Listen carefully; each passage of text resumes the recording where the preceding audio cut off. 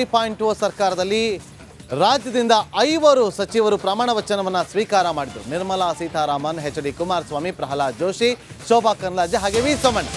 ಈಗ ಇವರೆಲ್ಲರಿಗೂ ಕೂಡ ಖಾತೆ ಹಂಚಿಕೆ ಆಗಿದೆ. ರಾಜ್ಯದ 5 ಸಚಿವರಿಗೆ ಖಾತೆ ಹಂಚಿಕೆ ಆಗಿದೆ. ಕುಮಾರಸ್ವಾಮಿ ಅವರಿಗೆ ಉಕ್ಕು ಮತ್ತು ಬೃಹತ್ ಕೈಗಾರಿಕಾ ಖಾತೆ, ಪ್ರಹ್ಲಾದ್ ಜೋಶಿ ಅವರಿಗೆ ಆಹಾರ ಮತ್ತು ನಾಗರಿಕ ಖಾತೆ, ನಿರ್ಮಲಾ ಸೀತಾರಾಮನ್ಗೆ ಹಣಕಾಸು ಖಾತೆ. ಮೂವರು ಕೂಡ ಕ್ಯಾಬಿನೆಟ್ ದರ್ಜೆಯಲ್ಲಿರ್ತಾರೆ. ಶೋಭಾ ಕರಂದ್ಲಾಜೆಗೆ MSME ರಾಜ್ಯ ಖಾತೆ, ಹಾಗೆ ವಿ ಸೋಮಣ್ಣಗೆ ರಾಜ್ಯ ಜಲಶಕ್ತಿ ಹಾಗೂ ರೈಲ್ವೆ ಖಾತೆ ಹಂಚಿಕೆಯನ್ನು ಮಾಡಲಾಗಿದೆ. ಬಹಳ ಕುತೂಹಲ ಇತ್ತು, ಕೃಷಿ ಖಾತೆ ಕೊಡ್ತಾರೆ ಕುಮಾರಸ್ವಾಮಿ ಅವರಿಗೆ ಅಂತೇಳಿ. ಆದರೆ ಶಿವರಾಜ್ ಸಿಂಗ್ ಚೌಹಾಣ್ ಅವರಿಗೆ ಕೃಷಿ ಖಾತೆ ಕೊಡಲಾಗಿದೆ. ಈ ಕಡೆ ಎಚ್.ಡಿ. ಕುಮಾರಸ್ವಾಮಿ ಅವರಿಗೆ ಉಕ್ಕು ಮತ್ತು ಬೃಹತ್ ಕೈಗಾರಿಕೆ ಖಾತೆಯನ್ನು ನೀಡಿ ಪ್ರಹ್ಲಾದ್ ಜೋಶಿ ಅವರಿಗೆ ಆಹಾರ ಮತ್ತು ನಾಗರಿಕ ಖಾತೆಯನ್ನು ನೀಡಲಾಗಿದೆ.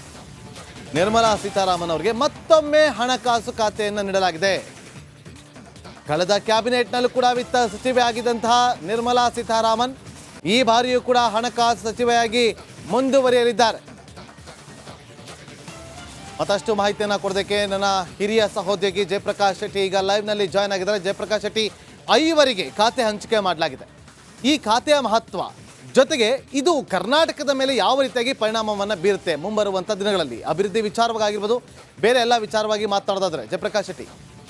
ಈಗ ಭಾಳ ಮುಖ್ಯವಾಗಿ ನಾಗೇಂದ್ರ ಬಾಬು, ಒಂದು ಲೆಕ್ಕದಲ್ಲಿ ಇದನ್ನು ನೀವು ಗಮನಿಸಿದಾಗ ಕರ್ನಾಟಕಕ್ಕೆ ಭಾಳ ದೊಡ್ಡ ಬಂಪರ್ ಅಂತ ಹೇಳ್ಬೋದು, ಬಂಪರ್ ಪ್ರೈಸ್ ಅಂತ ಹೇಳ್ಬೋದು. ವಿಶೇಷವಾಗಿ ಈ ಹಣಕಾಸು ಸಚಿವೆ ಏನಿರ್ಬೋದು, ಹಣಕಾಸು ಸಚಿವೆ ಬಗ್ಗೆ ನಾನು ಹೆಚ್ಚು ಮಾತಾಡೋಕ್ಕೆ ಹೋಗೋದಿಲ್ಲ. ಯಾಕೆಂದರೆ ಅದು ಕರ್ನಾಟಕದ ಪರ ಅಂತಿರೋದಿಲ್ಲ, ಓವರಾಲ್ ಕರ್ನಾಟಕ, ಓವರಾಲ್ ಭಾರತ ಅಂತೇಳಿ ಬರುತ್ತೆ ಹಣಕಾಸು ವಿಚಾರಕ್ಕೆ. ನಿರ್ಮಲಾ ಸೀತಾರಾಮನ್ ರಾಜ್ಯಸಭೆ ನಮ್ಮಿಂದ ಆಯ್ಕೆ ಆಗಿದ್ದಾರೆ ಅನ್ನೋದು. ಆದರೆ ಕುಮಾರಸ್ವಾಮಿ ಅವರು ಕೃಷಿ ಇಲಾಖೆಯ ಬಗ್ಗೆ ಭಾಳ ಆಸೆ ಪಟ್ಟಿದ್ರು. ಆದರೆ ಕೃಷಿ ಇಲಾಖೆ ಬದಲಿಗೆ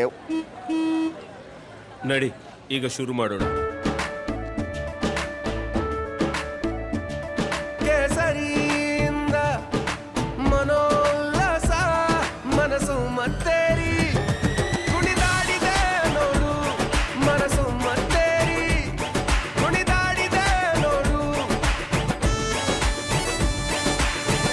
ಕ್ಷಣ ಕ್ಷಣವೂ ಆಚರಿಸಿ ಕೇಸರಿ ಹಬ್ಬ.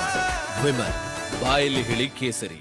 ಉಕ್ಕು ಮತ್ತು ಭಾರೀ ಕೈಗಾರಿಕೆ ಇಲಾಖೆ ಅವರಿಗೆ ಸಿಕ್ಕಿದೆ. ಇದು ನೋಡಿ, ಕೈಗಾರಿಕೆ ಅಂತಂದರೆ ನೋಡಿ, ಇಂಡಸ್ಟ್ರಿ. ಇಡೀ ನಮ್ಮ ಭಾರತ ದೇಶ ಆರಂಭದಲ್ಲಿ 2ನೇ ಪಂಚವಾರ್ಷಿಕ ಯೋಜನೆ ಆರಂಭ ಮಾಡುವಾಗ ನೆಹರು ಅವರು ಗಮನ ಕೊಟ್ಟಿದ್ದೇ ಇಂಡಸ್ಟ್ರಿ ಮೇಲೆ. ಪ್ರಥಮ ಪಂಚವಾರ್ಷಿಕ ಯೋಜನೆಯಲ್ಲಿ ಕೃಷಿ ಬಗ್ಗೆ ಗಮನ ಕೊಟ್ಟರೆ, 2ನೇ ಪಂಚವಾರ್ಷಿಕ ಯೋಜನೆಯಲ್ಲಿ ಕೈಗಾರಿಕೆ ಬಗ್ಗೆ ಗಮನ ಕೊಟ್ಟರು. ಆಮೇಲೆ ಭಾರತ ಬಹಳ ವೇಗವಾಗಿ ಅಭಿವೃದ್ಧಿ ಹೊಂದ್ತಾ ಇರುವಂಥ ರಾಷ್ಟ್ರ. 5 ಟ್ರಿಲಿಯನ್ ಆರ್ಥಿಕತೆಗೆ ನಾವು ಬರಬೇಕು ಅಂತಂದರೆ, ಅಂದರೆ ವಿಶ್ವದ 3ನೇ ಆರ್ಥಿಕತೆಗೆ ನಾವು ಬರಬೇಕು ಅಂತಂದರೆ ಕೈಗಾರಿಕೆ ಮತ್ತು ಕೃಷಿ ಭಾಳ ದೊಡ್ಡ ಮಟ್ಟದಲ್ಲಿ, ಅದು ಕೂಡ ಕೈಗಾರಿಕೆ. ಗ್ಲೋಬಲೈಸೇಷನ್ ವಿಚಾರದಲ್ಲಿ ಭಾರಿ ಕೈಗಾರಿಕೆ. ನಿಮ್ಗೆ ಗೊತ್ತಿರಲಿ, ಭಾರಿ ಕೈಗಾರಿಕೆ ಕರ್ನಾಟಕದಲ್ಲಿ ಆಗಿದ್ರು ಕೂಡ 2013-2018 ಅವಧಿಯಲ್ಲಿ ಸಿದ್ದರಾಮಯ್ಯನವರು ಭಾರಿ ಕೈಗಾರಿಕೆಯನ್ನು ಒಬ್ರಿಗೆ ಕೊಟ್ಟಿರ್ತಾರೆ, ಅವರ ಹೆಸರು ಬೇಡ ಈಗ. ಆದರೆ ಅದನ್ನು ನಿಭಾಯಿಸೋಕ್ಕಾಗೋದಿಲ್ಲ ಅಂತ ಅಂದ್ಬಿಟ್ಟು ವಾಪಸ್ R.V. ದೇಶಪಾಂಡೆ ಅವರಿಗೆ ಕೊಡಬೇಕಾಗತ್ತೆ. ಯಾಕಂದರೆ ಆ ಥರ ಇರುವಂಥ ಒಂದು ಕೈಗಾರಿಕೆ. ಇಡೀ ನೀವು ರಾಜ್ಯದ ಕೈಗಾರಿಕೆ ಬಗ್ಗೆನೇ ಆಲೋಚನೆ ಮಾಡಿ. ಯಾವ ರೀತಿ ಜಿಮ್ ಅದೆಲ್ಲ ನಾವು ಮಾಡಿಸ್ತೀವಿ ಕಾರ್ಯಕ್ರಮಗಳನ್ನು, ಬಂಡವಾಳ ಹೂಡಿಕೆ. ಭಾರಿ ಕೈಗಾರಿಕೆ ಅಂತಂದರೆ ಬಂಡವಾಳ ಹೂಡಿಕೆಗಳಿರುತ್ತೆ, ದೇಶ ವಿದೇಶಗಳಿಗೆ ಹೋಗ್ಲಿಕ್ಕಿರುತ್ತೆ, ಆಮೇಲೆ ವಿಪರೀತವಾಗಿ ಹಣ ಎಷ್ಟು ತಂದು ಕೊಡ್ತಾರೆ. ಅದರ ಜೊತೆಗೆ ಉಕ್ಕು ನೋಡಿ, ಒಂದು ವೇಳೆ ಕೃಷಿ ಸಿಕ್ಕಿದ್ರೂ ಕೂಡ ಪ್ರೀತಿಯ ಖಾತೆ ಆಗಿರ್ಬೋದು, ಆದರೆ ತಲೆನೋವು ಜಾಸ್ತಿ ಅದರಲ್ಲಿ ನಾಗೇಂದ್ರ, ಅಷ್ಟು ಈಸಿ ಅಲ್ಲ.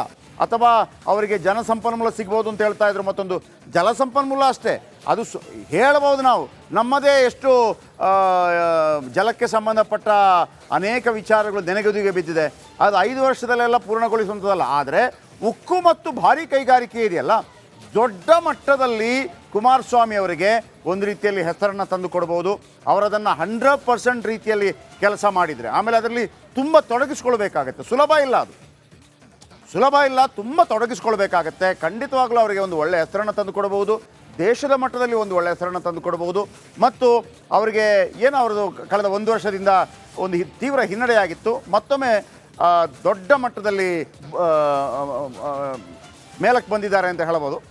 ಆಮೇಲೆ ಈ ಬಾರಿ ಪ್ರಹ್ಲಾದ್ ಜೋಶಿ ಅವರಿಗೆ ಆಹಾರ ಮತ್ತು ನಾಗರಿಕ ಸರಬರಾಜು ಪೂರೈಕೆ ನೋಡಿ, 80 ಕೋಟಿ ಜನರಿಗೆ 5 kg ಅಕ್ಕಿ ಕೊಡ್ತಾರೆ ಕೇಂದ್ರ ಸರ್ಕಾರ.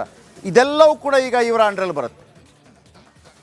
ಎಲ್ಲವೂ ಕೂಡ ಇವರ ಅಂಡರಲ್ಲಿ ಬರುತ್ತೆ. ಬಡವರಿಗೆ ಕೊಡುವಂಥ ಅಕ್ಕಿ ವಿಚಾರ ಇರ್ಬೋದು, ಬೇರೆ ಎಲ್ಲ ಇರ್ಬೋದು, ಇದು ಕೂಡ ಭಾಳ ಅದ್ಭುತವಾಗಿರುವಂಥ ಒಂದು ಖಾತೆ ದೇಶದ ಮಟ್ಟಕ್ಕೆ ಹೋಲಿಸಿದಾಗ.